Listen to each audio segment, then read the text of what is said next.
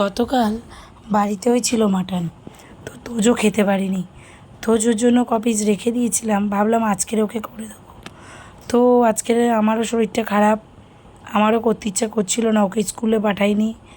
তো কী করব ভাবনা চিন্তা করে ভাবলাম যে ওকে খিচুড়ি করে দেবো। তো মাটনটার মধ্যে পেঁয়াজ, রসুন, আদা বাটা, লঙ্কা গুঁড়ো, হলুদ গুঁড়ো, জিরে গুঁড়ো, ধনে গুঁড়ো সব মাখিয়ে এদিকে তেল দিয়ে দিয়েছি। তেলে ফোড়ন দিয়েছি শুকনো লঙ্কা আর তেজপাতা আর গোটা গরম মশলা, ফোড়ন দিয়ে মাংসটাকে দিয়ে দিয়েছি। আর এদিকে চাল আর ডাল, মুসুর ডাল দিয়েছি, অনেকে এতে মুগ ডালও দেয়, কিন্তু আমি মুগ ডাল দিইনি। যদি শরীর খারাপের সময় গ্যাস অম্বলটা বেশি হয়, তো মুসুর ডাল দিয়ে ধুয়ে বেশ অনেকক্ষণ চাপা দিয়ে রেখে দিয়েছিলাম, জল সমেত রেখে দিয়েছি। আর এদিকে মাংসটাকে ভালোভাবে কষিয়ে নিয়েছি, চাপা দিয়ে দিয়ে কষাচ্ছিলাম মাংসটাকে। বেশ মাংসটা ধরা ধরা হয়ে গেছে, তখন একটু জল দিয়ে মাংসটার মধ্যে কাঁচা পেঁপে দিয়ে দিয়েছিলাম, কারণ এই সময় একটু পেঁপে খাওয়া খুব ভালো, তো শরীরটা খারাপ।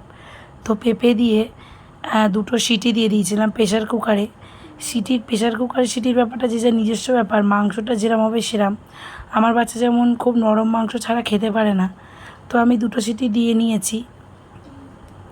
আর পেঁপেটাও দুটো সিটিতে প্রায় গলে পুরো পাক হয়ে গেছিলো, একদম গলে গেছিলো, পেঁপে খুঁজে পাওয়া যায়নি। তো তারপরে আমি চাল আর আলু দিয়ে দিয়েছি, দিয়ে আবার প্রায় একটা সিটিতে গ্যাসটাকে মিডিয়াম ফ্লেমে রেখে একটা সিটি দিয়েছি।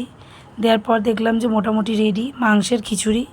সামান্য ঘি দিয়েছি, ঘিটা খুবই সামান্য দিয়েছি, না দিলেও চলে, গরম মশলা দিলেও চলে, কিন্তু আমি আজকে গরম মশলা দিলাম না, আমি আজকে একটু ঘি দিলাম।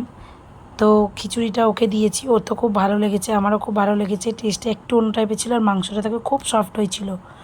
তো কোনো সময় মুখের স্বাদ বদলাতে এটা করে দেখতেই পারো, খুব ভালো লাগবে।